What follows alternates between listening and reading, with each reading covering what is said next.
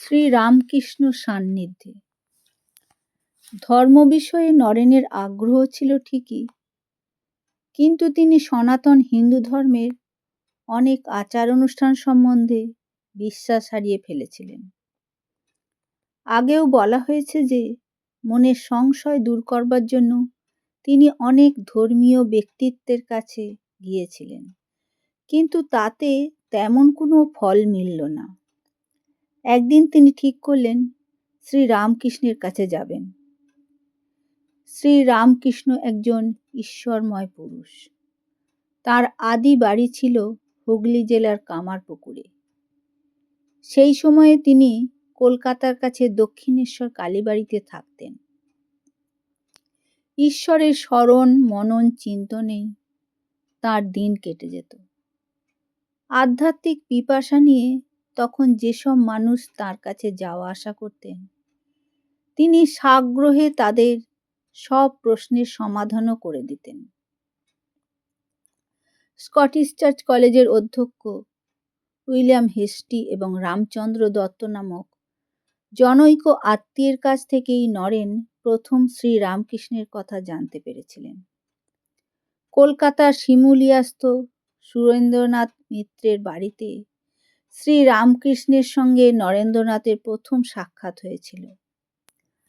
আত্মীয় রামচন্দ্র দত্তের পরামর্শ অনুসারে নরেন্দ্রনাথ ঠিক করলেন দক্ষিণেশ্বরে গিয়ে নিজেই শ্রীরামকৃষ্ণের সঙ্গে দেখা করবেন, যদি তিনি সংশয় নিরসনে তাকে সাহায্য করতে পারেন। এরপরে একদিন প্রতিবেশী সুরেন্দ্রনাথ মিত্র ও অপর দুজন বন্ধুর সঙ্গে নরেন্দ্রনাথ দক্ষিণেশ্বরে গেলেন। শ্রীরামকৃষ্ণ সানন্দে তাঁদের গ্রহণ করলেন। তার অনুরোধে নরেন শ্রীরামকৃষ্ণকে দুখানি গানও শোনালেন। তারপরে নরেনকে শ্রীরামকৃষ্ণ অন্য একটি ঘরে নিয়ে গিয়ে এমন সপ্রেম ব্যবহার করলেন যেন তিনি শ্রীরামকৃষ্ণের কতকালের পরম আত্মীয়। নরেনের সঙ্গে দেখা হওয়ার আনন্দে তার চোখ থেকে জল পড়তে লাগলো।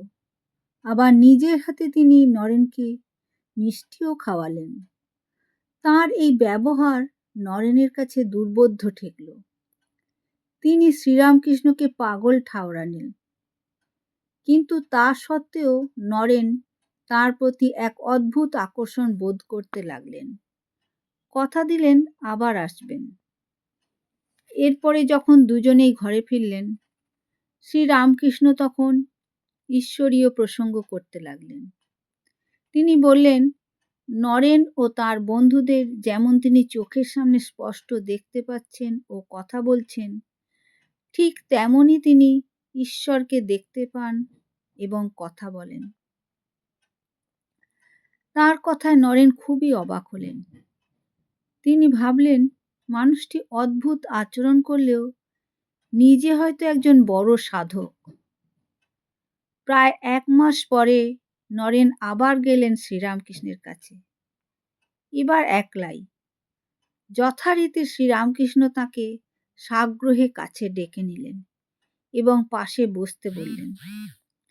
তারপর তিনি হঠাৎ নরেনের শরীর স্পর্শ করলেন। তাতে নরেনের এক অদ্ভুত অভিজ্ঞতা হলো। তার মনে হলো ঘরদোর সব যেন সহসা ঘুরতে ঘুরতে শূন্যে মিলিয়ে গেল। তার ভয় হলো মৃত্যু বুঝি আসন্ন। তিনি চিৎকার করে উঠলেন, এ আপনি আমার কি করলেন? আমার যে ঘরে বাপ মা আছেন। নরেনের কথা শুনে হেসে তার বুক স্পর্শ করলেন শ্রীরামকৃষ্ণ। বললেন, এখন তবে থাক, কালে সব হবে। তার স্পর্শে আবার সব কিছুই নরেনের চোখের সামনে আগের মতো স্বাভাবিক হয়ে ধরা দিল। তৃতীয়বার শ্রীরামকৃষ্ণের সঙ্গে দেখা করতে গেলেও একই রকম ঘটনা ঘটল। শ্রীরামকৃষ্ণের স্পর্শে আবার নরেন বাহ্য চেতনা হারালেন। কি ঘটল তিনি বুঝেই উঠতে পারলেন না। তার শরীর ও মন দুটোই অত্যন্ত সবল, অথচ এই মহাপুরুষ সামান্য একটু স্পর্শের দ্বারাই তার সেই শরীর ও মন নিয়ে যা খুশি তাই করতে পারেন।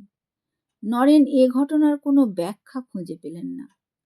তবে তিনি এটুকু বুঝতে পারলেন, শ্রী রামকৃষ্ণ সামান্য মানুষ নন।